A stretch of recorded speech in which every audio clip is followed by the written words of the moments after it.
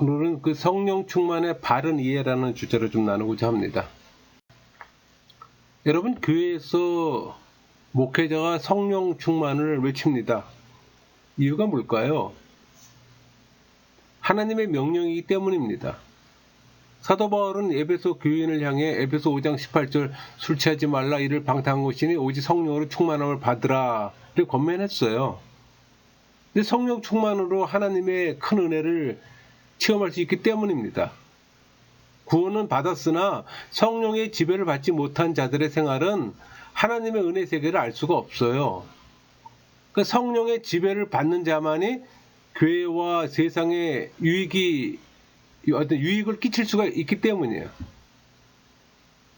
이것은 마치 그 소금과 빛과 같아서 어두운 세상에 꼭 필요한 자들이 될 수가 있는 거예요.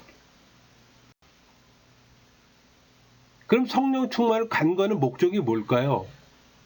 왜 성령 충만을 받고 싶은지 한번 스스로 물어보세요. 은사를 받고 싶은 이유가 뭔지 한번 생각해 보세요.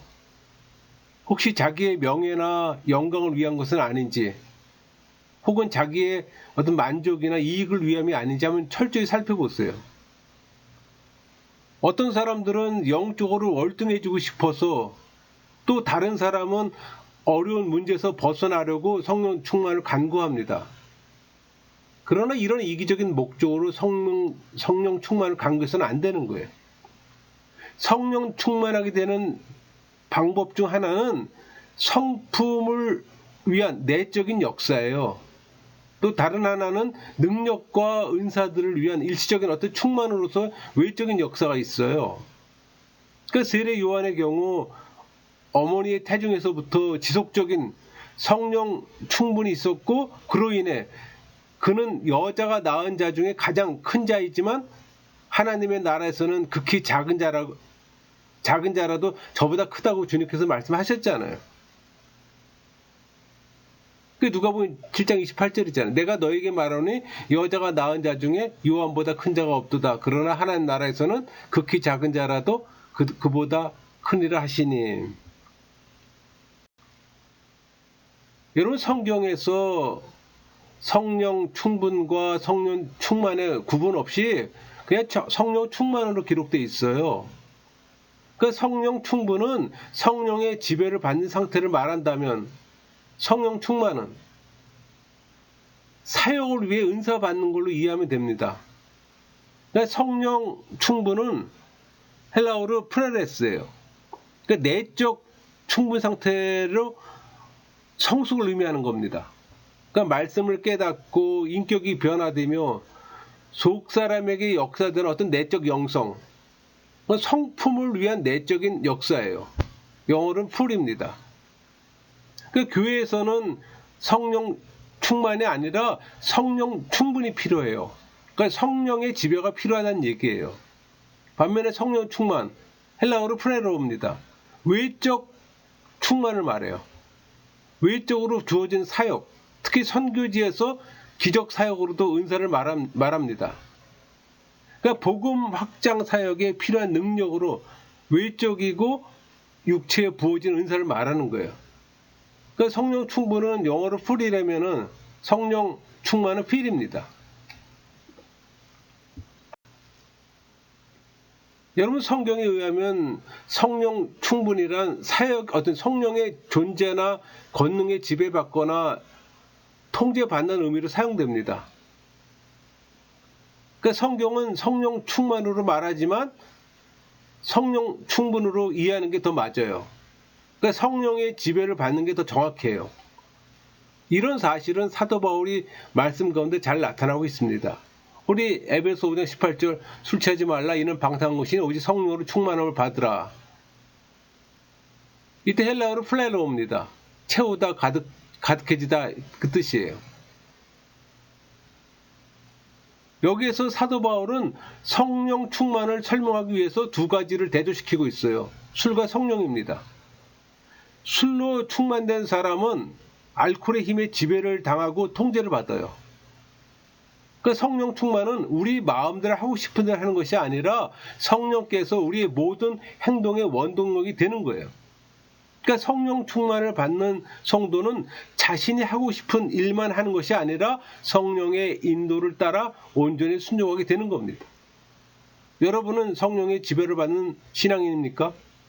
그럼 가정이나 교회, 직장 등의 실제 생활에서 진정 주님께서 요구하시는 삶을 살아 하나님께 영광을 돌려야 되는 거예요. 그러니까 사도들이 집사를 세웠던 자격은 성령 충분한 자들이었으며 또 예수님과 마찬가지로 스데반에 관해 항상 사용되어진 단어이기도 합니다. 이것은 보수적인 교파에서 매우 강조해온 거예요. 아까 에베소 5장 18절 말씀처럼. 그 반면에 세례 요한과 샤가라나 엘리사벳, 베드로에게 임했던 충만은 능력으로 채워진다는, 즉 충전된다는 뜻이에요. 성품과는 관계가 없어요. 그러니까 성령 충만을 경험한 사람일지라도 여전히 잃어버린 영혼일 수 있다는 겁니다. 우리 마태복음 7장 21에서 23절 말씀처럼 나더러 주여 주여 하는 자마다 다 천국에 들어갈 것이 아니요 다만 하늘에 계신 내 아버지 뜻대로 행하는 자라 들어가리라. 그날에 많은 사람이 나더러 이르되 주여 주여 우리가 주의 이름으로 선지자 노릇하며 주의 이름으로 귀신을 쫓아내며 주의 이름으로 많은 권능을 행하지 아니하였나이까 하리니 그때 내가 그들에게 밝히 말하되 내가 너희를 도무지 알지 못하니 불법을 행하는 자들아 내게서 떠나가라 하리라. 동일한 구별이 신약 성경에서는 성령이 사람 안에 인이죠. 사람 안에 인과 위로 임해요. 그러니까 즉 내적인 역사와 외적인 역사라는 표현으로 시종 일관 나타난다는 겁니다. 그러니까 성령의 외적인 역사는 얼마든지 재충만의 경험이 가능하지만 그것은 내적인 역사와 전혀 다른 경험이에요. 그러니까 두 가지 역사는 결코 혼동되거나 대체할 수 없는 상이한 두 가지 헬라어 동사에 의해 표현되는 거예요. 헬라어 프레로와 프레레스. 물론 성령 충만하면 영적 능력이 향상되고 어려운 문제에서 벗어날 수도 있어요. 그러나 이것은 부수적인 결과이지 결코 궁극적 목적이라고 말할 수는 없어요. 그러니까 성령 충만하게 되면 대언을 하거나 어떤 능력을 행하게 되는데 이후에 다시금 능력이 떨어지게 됩니다. 그것을 쉽게 표현하면은 마치 배터리와 같아서 그 능력으로 충전되지만 지속적인 생명이 없는 거예요. 그러니까 내적인 역사는 포도와 같이 진액으로 가득 차 있지만 능력이 없는 것과 같아요. 그러니까 신앙인은 충분과 충만을 경험할 수가 있어요. 그러니까 배터리가 되거나 혹은 하나님을 위한 포도가 될 수 있어요. 또 그 둘을 또 함께 경험할 수도 있고. 그러니까 오직 성령 충만의 궁극적 목적은 삼위 하나님께 영광을 돌리기 위함이 되어야 되는 거예요. 그러니까 예수님께서는 우리 요한복음 16장 14절 그가 내 영광을 나타내니 내 것을 가지고 너희에게 알리시겠습니다. 이렇게 증거했잖아요. 그러니까 성령 충만의 목적이 개인의 이익이나 발전이 아니라 항상 하나님의 영광을 위한 것임을 명심해야 되는 거예요. 여러분 부활절날 주님은 제자들 안으로 숨을 내쉬며 성령을 받으라고 하셨어요. 그 요한복음 20장 22절 이 말씀을 하시고 그들을 향하사 숨을 내쉬며 이르시되 성령을 받으라. 그렇지만 그들에게 말씀하시기를 위로부터 능력으로 덧입혀지기까지 예루살렘에서 기다리라고 명령하신 겁니다. 그러니까 주님의 부활 후 오순절 이전에 존재했던 그들의 일치와 이 120 문도가 어떤 규칙적으로 보여서 사도들의 어떤 코이노니아를 가질 수 있었던 것은 이런 내적 충분함의 표시예요. 이 표현은 고린도후서 13장 13절 주 예수 그리스도의 은혜와 하나님의 사랑과 성령의 교통하심이 너희 무리와 함께 있을지어다. 여기서 성령의 교통하심 이거와 사도신경의 성도의 교통은 우리 요한일서 1장 3절에 우리 사귐은 아버지와 그 아들 예수 그리스도와 더불어 누림이라. 그러니까 교회와 성부와 또 아들 예수 그리스도와의 어떤 코이노니아 마찬가지로 단순하게 코이노니아라고 번역하는 것은 적절해요. 오순절날이 이름에 그들은 어떤 성령의 외적 역사의 능력으로 충만함을 받고 또 3,000명이 그날 세례를 받았는데 즉각 주님을 증거하기 시작했을 뿐만 아니라 또한 코이노니아를 나누기 시작했던 겁니다.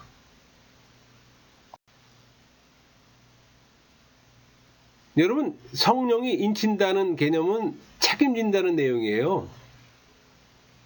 성령의 인침은 성령 세례와 의미는 같으나 다르게 사용됩니다. 그러니까 중생 상태를 체험한 후에 성령 세례의 경험으로 의식 가운데 확신을 가져다 주는 거예요. 그러니까 스스로 확신을 가져요. 이건 소유권을 의미하며 권위가 부여되는 겁니다. 여러분, 성령 충분은 성령 세례의 또 하나의 증거잖아요. 성령의 기운으로 살아가는 걸 말하는 거예요. 인간 영혼의 지정의가 조정을 받아요. 그래서 가득 차다, 흠뻑 젖다, 넘쳐 흐르다는 이 개념을 한번 상상해 보세요. 그러니까 성령 충만은 전도사를 위한 은사입니다. 여러분, 우리 그 구약에서 성막 제작 시 부살렐과 오홀리아에게 주어진 은사를 말할 때 충만을 말하는 거예요. 그러니까 성령 충분은 상태를 유지하고 조건을 묘사해요. 그러니까 계속적인 어떤 상태 유지라고 이해하면 쉽습니다. 그러니까 성령 충분의 상태에서 하나님의 소유라는 이 확신의 어떤 체험을 갖게 되는 거예요. 예수의 믿음을 받고 믿고 나서 확신을 하는 겁니다. 내가 갖는 확신을 말하는 게 아니에요. 성령이 주신 확신을 말하는 거예요. 그러니까 성령 다스림이 있는 것이 충분하다는 의미예요. 경건 생활을 유지하나 성령 세례는 아니에요. 그러니까 화석화되어 있는 교회와 사람들은 성령의 역사 없이는 회복이 불가능합니다. 교회와 사람들 위해 성령 세례 역사가 있기를 기도해야 하는 겁니다.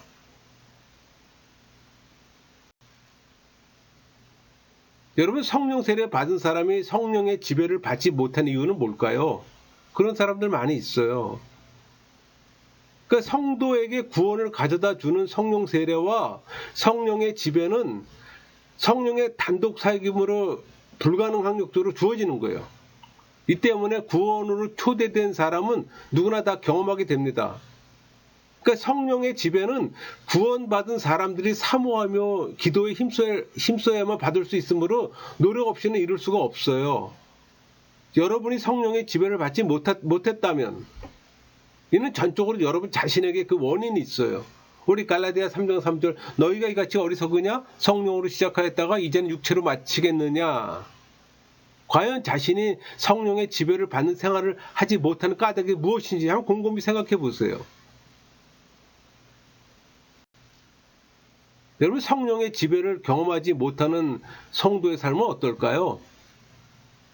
우리 제약의 도시 소돔성에 살았던 롯과 같이 은혜롭지 못한 삶을 살게 됩니다.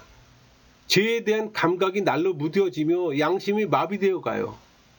따라서 죄를 죄처럼 느끼지 않고 죄인인 줄 알면서 회개하지 않고 그냥 넘기게 됩니다. 그리스도를 닮아가기 위해 영적인 것에 관심을 갖기보다는 세속에 더 관심을 가져요.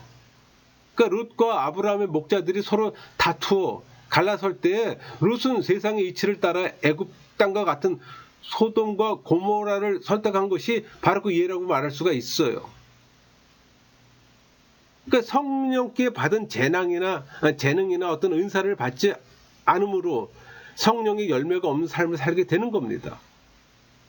이웃에게 필요한 복음 전도에 신경을 쓰지 않고 하나님의 말씀대로 살겠다는 열의도 점점 약해지는 거예요.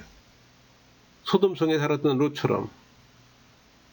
기도 생활에 태만하고 하나님의 말씀을 읽기보다는 세상적인 낙을 더 즐기게 됩니다. 대표적인 게 음식, 여행, 거기에 마음을 많이 뺏기잖아요. 상당수의 교인들이 음식과 여행에 마음을 많이 뺏깁니다.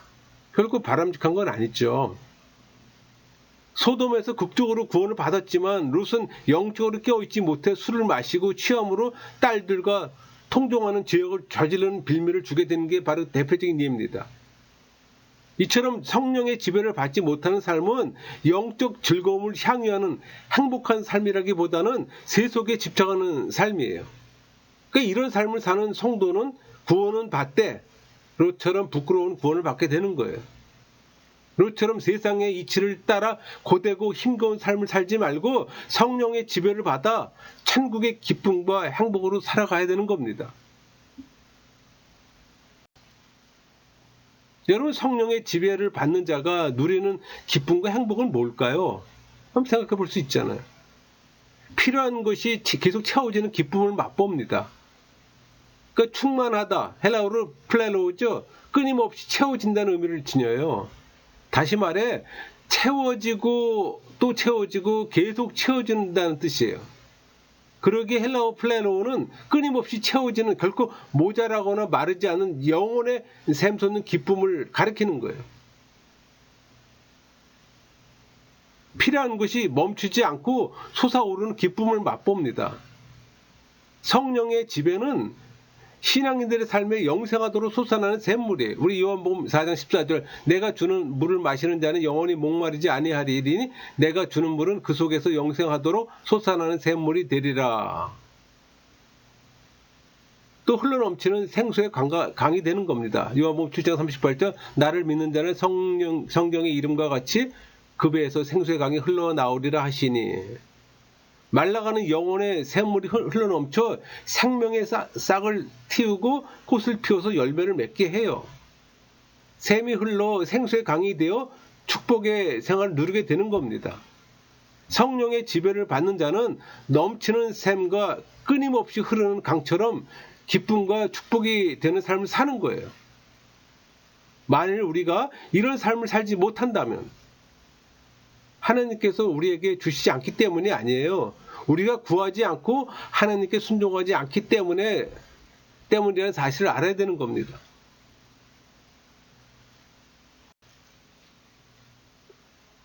성령이 우리 가운데 거하시는 내주가 곧 성령 세례입니다. 성령 세례로 거듭난 성도는 마음속에서 항상 성령께서 함께 거하시는 성령 내주를 경험하게 되는 거예요. 그렇다고 해서 성령의 내주가 곧 성령의 지배를 의미하는 건 아닙니다. 왜냐하면 거듭난 성도는 성령께서 거하시는 성령의 전으로서 항상 성령께서 내주하고 계시지만 육체의 소욕을 추구하면 성령의 지배는 없어요. 성령은 인격체이기 때문에 원하지 않으면 개입하지 않으세요. 따라서 우리가 성령 하나님께서 내주하시는 것으로 만족해서는 안 되는 거예요. 성령께서 우리 마음에 계실 뿐만 아니라 우리 삶 전체를 지배하는 단계로 나아가야 되는 겁니다.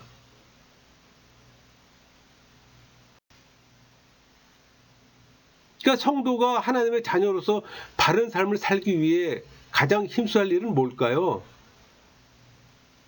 단순해요. 성령의 지배를 받는 겁니다. 성도가 가져야 할 덕목은 세부적으로 무수히 많을 수 있어요.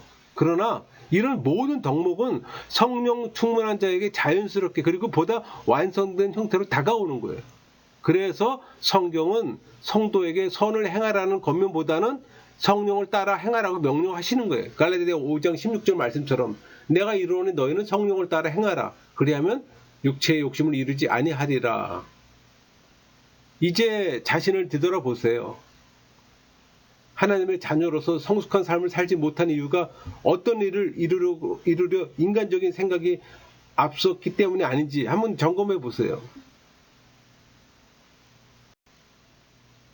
여러분, 성령의 지배는 직분을 맡은 사람에게만 필요할까요?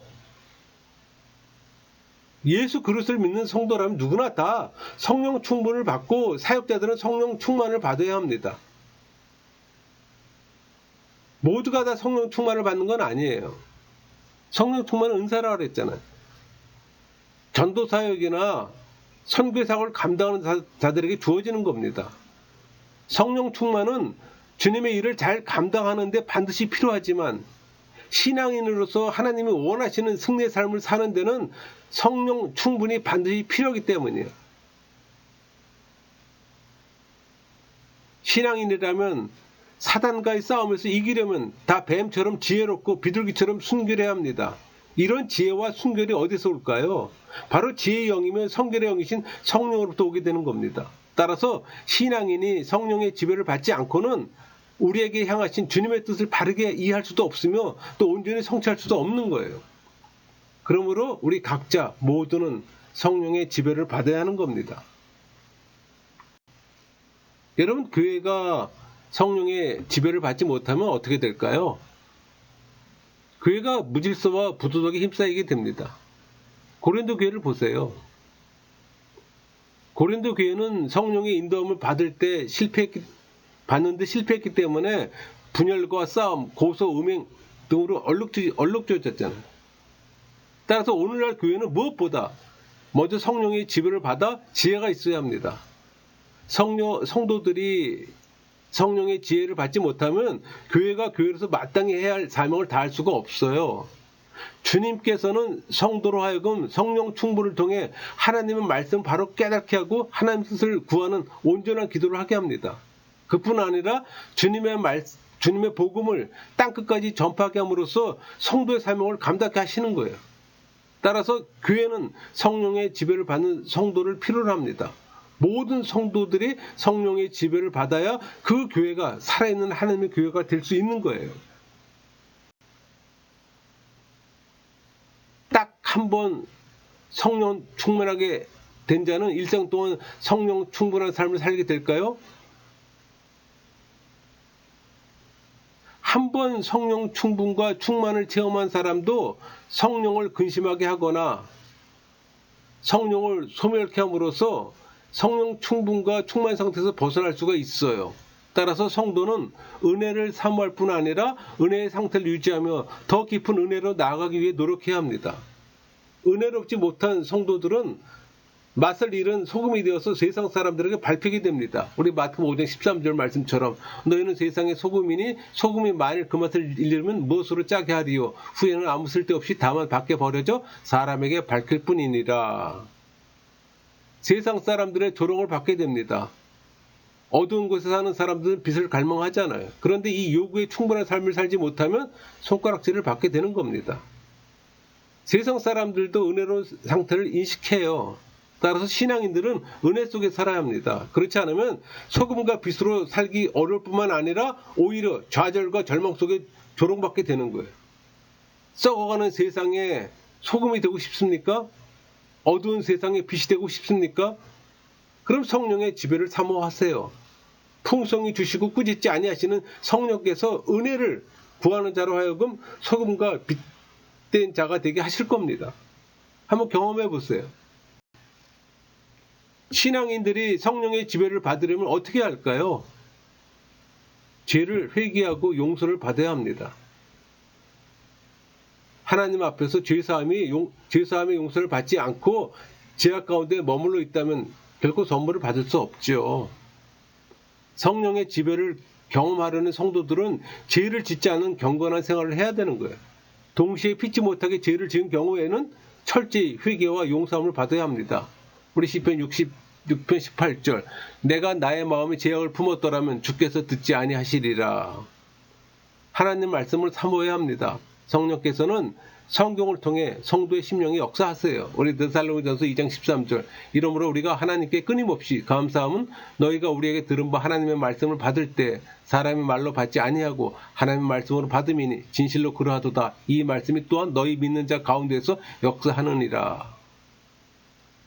따라서 성령의 지배를 구하는 성도는 무엇보다 먼저 말씀을 들으며 말씀 가운데 거해야 합니다.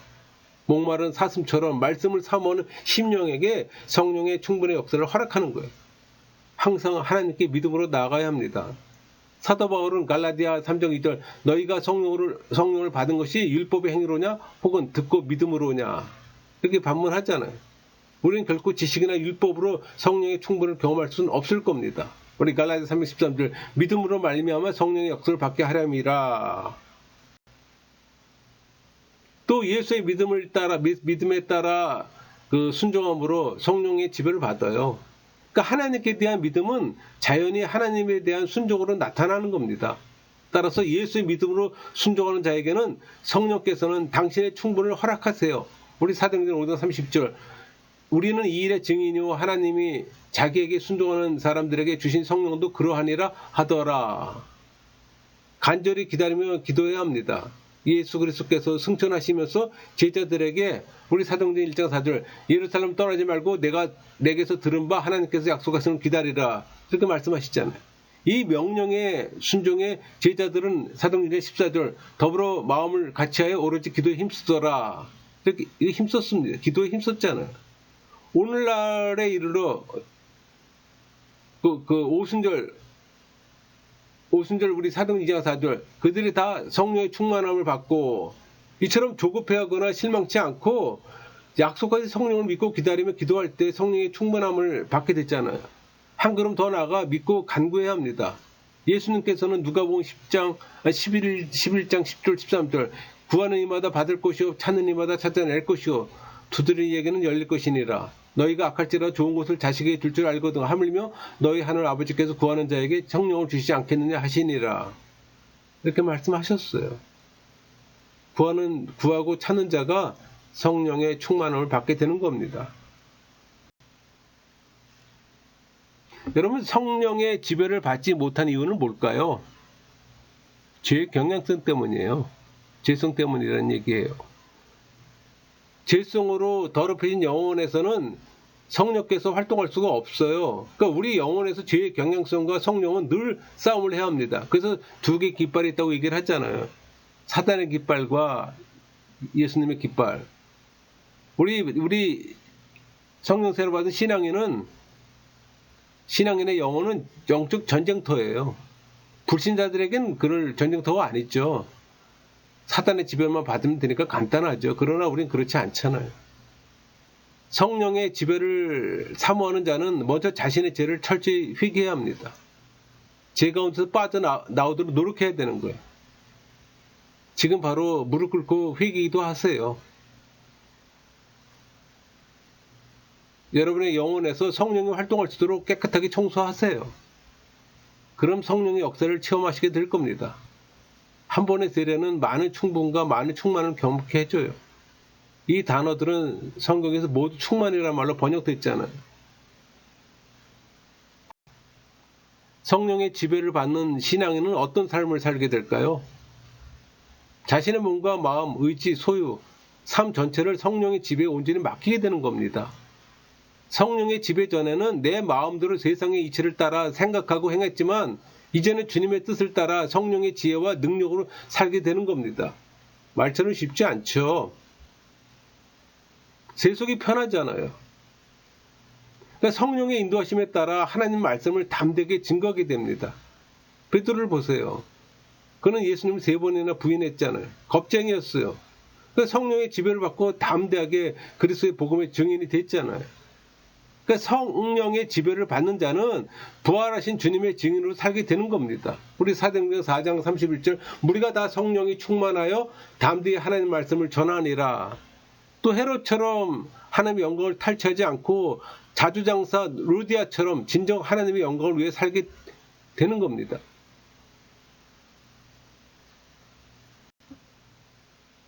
정리할게요.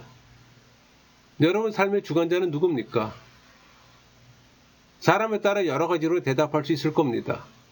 돈이 삶의 목표인 사람은 돈에 따라 움직이게 될 것이고 또 교사는 학생을 사랑하는 마음이 그 삶을 지배하게 됩니다. 신앙인은 성령께서 자신의 삶을 주관하시도록 해야 합니다. 신앙인의 삶은 하나님께 영광을 돌리는 것을 최고의 목표로 살아야 되는 거예요. 그 삶의 주관자는 성령 하나님이셔야 되는 거예요. 그런 자만이 성결한 삶을 살 수가 있어요. 여러분에게 질문 2개 하면서 말씀을 마치고자 합니다. 여러분의 삶에 있어서 제1순위는 무엇입니까? 여러분의 삶은 누가 주관합니까? 한번 스스로 답변해 보세요. 마치겠습니다.